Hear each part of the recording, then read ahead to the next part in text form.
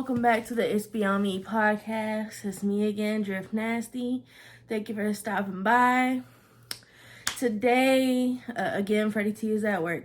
So today, I was scrolling on TikTok and then I came across something that was pretty disturbing. That was saying that while everybody was being distracted with one story, California had legalized pedophilia, right? So I Googled it, and of course Google said no, it's not legal, that it's a myth. But I wanted to read to y'all the wording of this bill. It's called Bill 145. Again, we were talking about California. And the bill says, California's anti-LGBTQ discriminating treatment of specific sex acts regarding sex offender registry law. Under long-standing California law, if an adult has voluntary penile vaginal intercourse with a minor aged 14, 15, 16, and 17, and it is up to 10 years older than the minor, the offense isn't automatically registerable. Okay? A judge has discretion whether or not to place the defendant on the sex offender registry. By contrast, if the sexual act is oral sex, anal sex, or digital penetration, for those of y'all who don't know what that is, because I didn't, it means fingers, using fingers, the court must place the defendant on the sex registry regardless of the facts of the crime, and even in cases where the prosecutor doesn't want to place the defendant on registry. Now, the key words there was 14, 15, 16, and 17-year-olds. And if it's up within 10 years of that age. Okay, so it sounded good to me with the pitch of, well, now 17 and 18-year-olds can have, a worry-free relationship, which, I mean, to me, that never sat right anyway. I wouldn't look at an 18-year-old as a pedophile for messing with a 17-year-old. I mean, 9 times out of 10, they're going to school together, still at that age. 16, 17, 18, that's pretty much the same age range. Let's be realistic. So, if this bill had said 2, maybe 3-year age difference, I could understand. But it said 10. So that's the beautiful thing about math, right? We all learned addition in elementary school. Let's do simple addition. 14 plus 10 is what? That would be 24. So then a 24 would legally be allowed to have willing sexual intercourse with your 14-year-old. That is pedophilia. So you have made it legal for a 24-year-old predator, a 24-year-old pedophile to have sex with a 14-year-old child. Today it's 14. 14 is the lowest number they're going, but tomorrow it could be 10. Let's face it, these are some strange times we are in. Okay, so if they had said for the 17, 18-year-olds, I could have bought it, you know what I'm saying? They're pretty much the same age group. 10 years, a 24-year-old can have sex with your 14-year-old. A 25-year-old can have sex with your 15-year-old. A 26-year-old can have sex with your 16-year-old. A 27-year-old can have sex with your 17-year-old. Okay? Now, fun fact.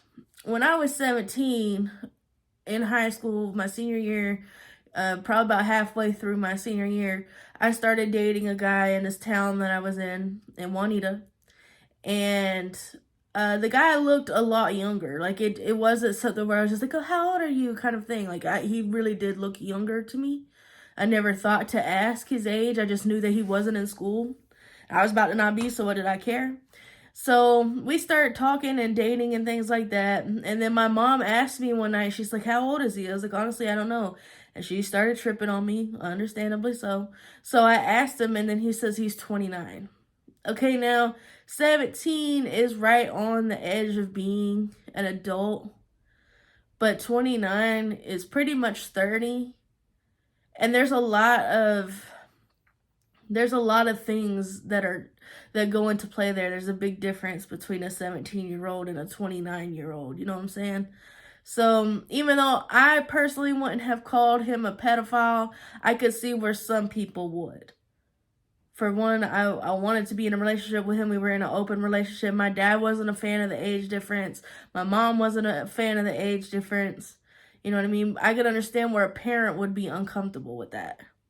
But now for California to say it is legal for a 27-year-old to have sex with your 17-year-old is beyond me, seriously. That is crazy.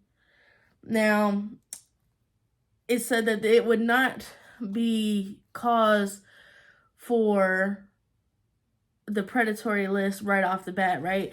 This is all at the judge's discretion.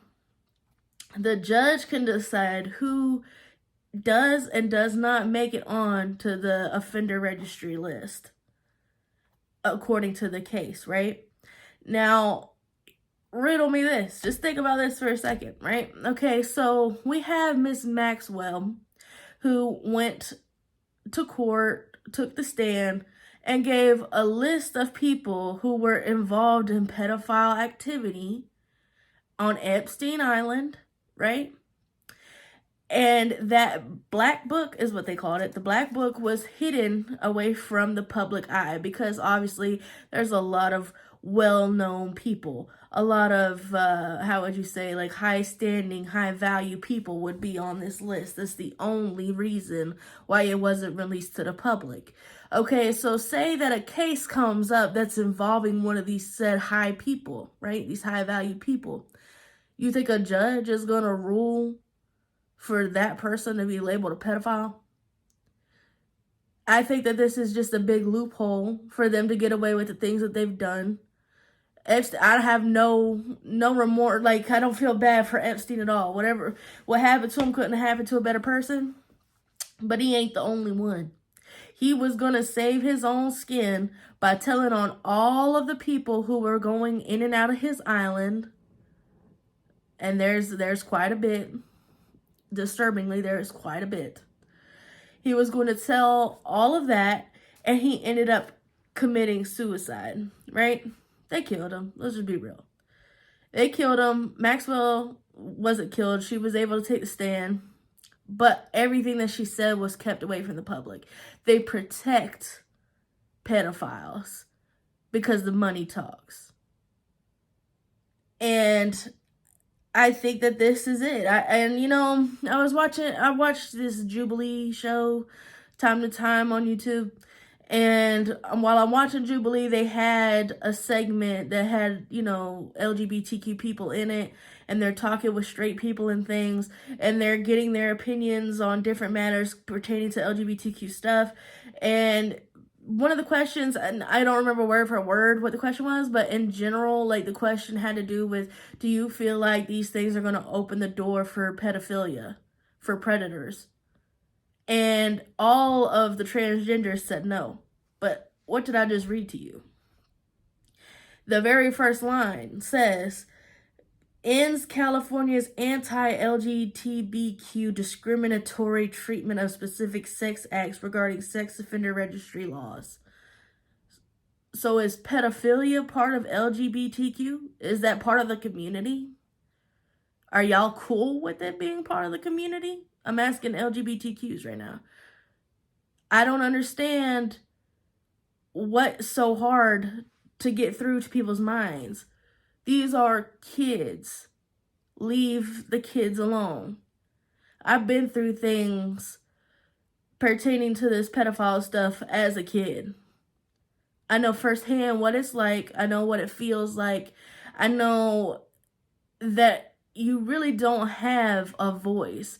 Even if you say no and they keep going, you don't even process it. I was 14. Being 14 years old, you really don't even process what's going on. It didn't dawn on me until years after that it was wrong what had happened. And then it caused me to be an alcoholic before I was even 21. I want to say I was probably 21, 22, somewhere in that age range. I don't really remember the age when I finally told my mom about it. And I told my dad and I told my grandma. This was, and it included another family member. I'm not going to go too far into it, but the family member didn't touch me, but the family member played a part. And nobody believed me. So it makes you not even want to mention it. It makes you not want to talk about it. It still feels taboo to you, even long after it's happened. You deal with it long after it's already stopped. And you're all going to legalize for a child to go through that. I can't even imagine where you got the gall to even wake up and vote yes on something as crazy as this. I want to be a mom. Like, I want to be a parent, but I am scared for what my kid is going to have to go through, the things that my kid are going to have to face in a world that is doing so messed up stuff to kids, y'all. They're just babies. I couldn't even believe I seen it on TikTok. I seen it and I was like, yeah, I have to talk about it. I have to say something, because what in the world is going on in Cali? And if it's gonna pass in Cali, it can pass anywhere, y'all. Cali set the trend for the marijuana passing, right? I mean, it's not legal all across the board, but it's working its way across. Not saying it's a bad thing. Happy for it. I'm pro marijuana all the way. But they're trendsetters, and this is a trend that should not be set. I can't believe that the feds ain't doing something about that. You know what I mean? Y'all claim to be working on the child trafficking and things like that. The feds know pretty much everything, right? That's the rumor. Feds damn well might as well be the CIA. And y'all ain't gonna do nothing about grown people saying that other grown people can have sex with children. The feds ain't doing nothing about the adults, the parents who are taking their small children, single digit numbered age children, to tranny drag shows where they're exposing their body and making sexual comments to small children in front of the TV, in front of parents, in front of the world for them to see. The feds ain't doing nothing about that. And you're going to really try to convince me that it doesn't have something to do with the names that Maxwell dropped?